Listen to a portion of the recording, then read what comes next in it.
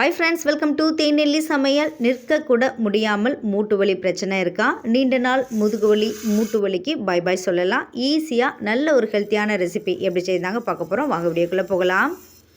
அதுக்கு first stove on பண்ணி ஒரு கடாயை அடுப்பில் வச்சுட்டு அதில் 1 கப் அளவுக்கு கருப்பு உளுந்து, முழு உளுந்து தோலோடு எடுத்துக்கிறேன். இது கூடவே 1 கப் அளவுக்கு வெள்ளை உளுந்து எடுத்துக்கிறேன். அதையும் இதோடு சேர்த்துட்டு இதில் உள்ள பச்சை ஸ்மெல்லாம் போய் நல்ல ஒரு வாசனை வரும், அது வரைக்கும் வறுத்து எடுத்துக்கோங்க. நீங்கள் கருப்பு உளுந்து மட்டும் வச்சு செய்யலாம், இல்லை வெள்ளை உளுந்து இருந்தாலும் செஞ்சுக்கலாம்.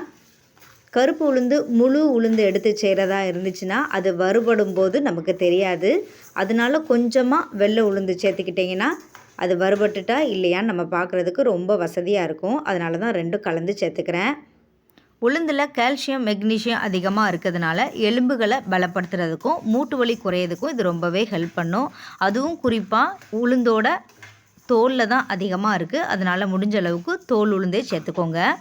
இதில் புரதச்சத்து இருக்கிறதுனால உடல் வளர்ச்சிக்கும் தசையோட வளர்ச்சிக்கும் ரொம்பவே ஹெல்ப்ஃபுல்லாக இருக்கும். நல்ல லைட்டாக கலர் மாதிரி நல்ல ஒரு வாசனை வரும். அந்த ஸ்டேஜ் வந்ததுக்கப்புறமா இதை அப்படியே எடுத்து வேறொரு பிளேட்டுக்கு மாற்றிட்டு நல்லா ஆற வச்சிடலாம். இப்போ அதே கடாயில் 1 கப் அளவுக்கு பச்சை பயிர் எடுத்திருக்கேன், அதை இதோடு சேர்த்துக்கலாம். பச்சை பயிரும் தோலோடு சேர்த்துக்கோங்க. டேஸ்ட்டும் நல்லாயிருக்கும், உடம்புக்கு ரொம்பவும் நல்லது. இதில் உள்ள பச்சை ஸ்மெல் போய் நல்ல ஒரு வாசனை வரும், அது வரைக்கும் வறுத்தெடுத்துக்கோங்க. இதில் ஆன்டி ஆக்சிடென்ட் அதிகமாக இருக்கிறதுனால நோய் எதிர்ப்பு சக்தி அதிகரித்து உடலை நோயிலேருந்து பாதுகாக்கிறதுக்கு ரொம்பவே ஹெல்ப் பண்ணும். இதில் பொட்டாசியம், மேக்னீஷியம் இருக்கிறதுனால இதய ஆரோக்கியத்துக்கு நல்லது. கால்சியம், பாஸ்பரஸ் இருக்கிறதுனால எலும்பு மற்றும் பற்களோட வலிமையாக வச்சுக்கிறதுக்கு ரொம்பவே ஹெல்ப் பண்ணும்.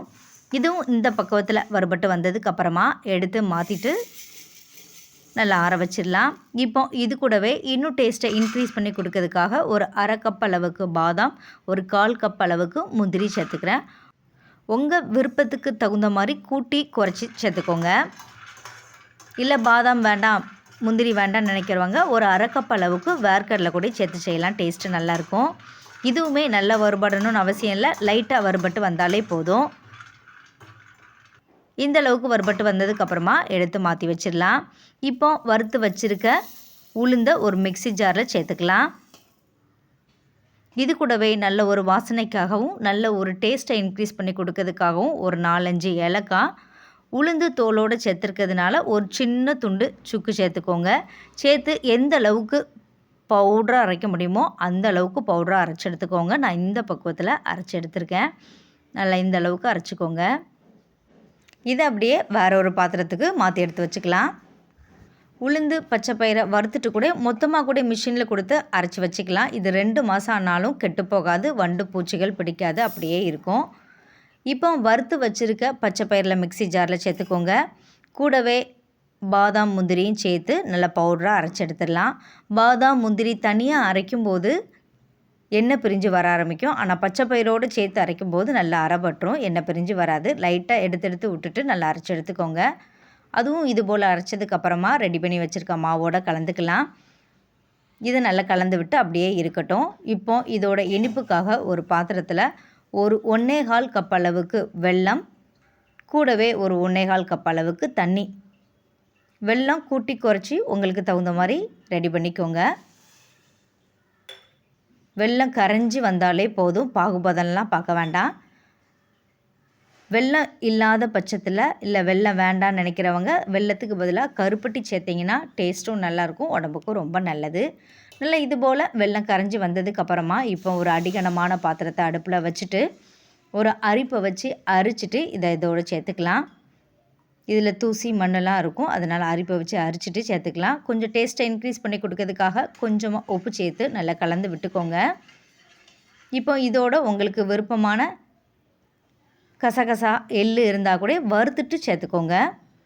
இப்போ ரெடி பண்ணி வச்சுருக்க மாவை இதோடு சேர்த்துக்கலாம். இது வெல்லத்தோடு மிக்ஸ் ஆகிற அளவுக்கு நல்லா கலந்து எடுத்துக்கலாம்.